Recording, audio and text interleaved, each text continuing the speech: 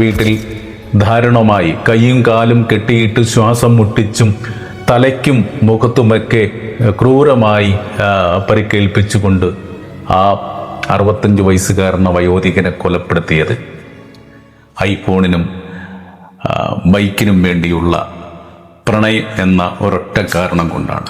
പ്രണയം മുത്തച്ഛൻ്റെ കൈപിടിച്ചുകൊണ്ട് നടക്കാനും തലചായ്ച്ചുറങ്ങാനുമുള്ള കൗമാരപ്രായത്തിൽ 65 വയസ്സുള്ള വയോധികനെ, വാടക വീട്ടിൽ താമസിച്ച വയോധികനെ കൊലപ്പെടുത്തുവാൻ കൊട്ടേഷൻ കൊടുത്തത് ബന്ധുവായ 13കാരി. എന്നാൽ കൊട്ടേഷൻ നടത്തിയതോ കാമുകനും സുഹൃത്തുക്കളും. ഇവർക്ക് പ്രായം 16ഉം 17ഉം.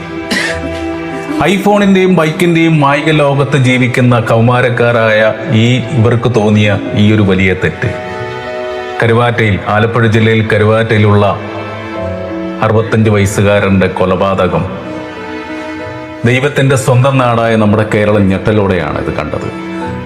കൊലപാതകത്തിന് ശേഷം കൊലപാതകം നടക്കുന്ന ദൃശ്യങ്ങൾ വീഡിയോ കോളിലൂടെ 13കാരിക്ക് കാമുകനും സുഹൃത്തുക്കളും കാണിച്ചു കൊടുത്തതും വലിയ തെറ്റായിപ്പോയി.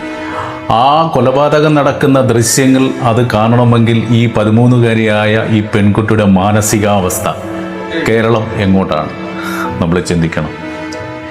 കൊലപാതകത്തിന് ശേഷം കൊല്ലത്തേക്ക് പോയ ഇവരൊരു ജ്വല്ലറി കയറി സ്വർണവും വിറ്റ് 16,000 രൂപയും വാങ്ങിച്ചു. ബാക്കിയുള്ള മണിക്കൂറുകൾക്കുള്ളിൽ കേരളത്തിലെ ആഭ്യന്തര ഡിപ്പാർട്ട്മെൻറ്റും പോലീസ് ഡിപ്പാർട്ട്മെൻറ്റും കൂടി അവരെ അറസ്റ്റ് ചെയ്തിരിക്കുക. പ്രിയപ്പെട്ടവരെ, നിങ്ങളുടെ മനസ്സിലുള്ള ആഗ്രഹങ്ങൾ എന്തുമായിക്കൊള്ളട്ടെ, നിങ്ങളുടെ അച്ഛൻ, അമ്മ, സഹോദരി, സഹോദരന്മാരൊക്കെ കഴിഞ്ഞ കാലങ്ങളിലൊക്കെ ഈ മാവേലി നാട് വാണിടും കാലം, ഈ പൊന്നോണ നാളിൽ കള്ളവുമില്ല ചതിയുമില്ല എന്ന ആ വലിയ നാളിനെ ഓർമ്മപ്പെടുത്തുന്ന ഈ പൊന്നോണ നാളിൻ്റെ വരവേൽക്കാൻ നിൽക്കുന്ന ഈ സാഹചര്യത്തിൽ വാടക വീട്ടിൽ ദാരുണമായി കൈയും കാലും കെട്ടിയിട്ട് ശ്വാസം മുട്ടിച്ചും തലയ്ക്കും മുഖത്തുമൊക്കെ ക്രൂരമായി പരിക്കേൽപ്പിച്ചുകൊണ്ട് ആ 65 വയസ്സുകാരന വയോധികനെ കൊലപ്പെടുത്തിയത് ഐഫോണിനും ബൈക്കിനും വേണ്ടിയുള്ള പ്രണയം എന്ന ഒരൊറ്റ കാരണം കൊണ്ടാണ്. പക്ഷേ പ്രണയിക്കണം. തെറ്റുകൾ ചെയ്യുന്നതിന് മുമ്പ് നിങ്ങൾ ഒന്ന് ചിന്തിക്കണം.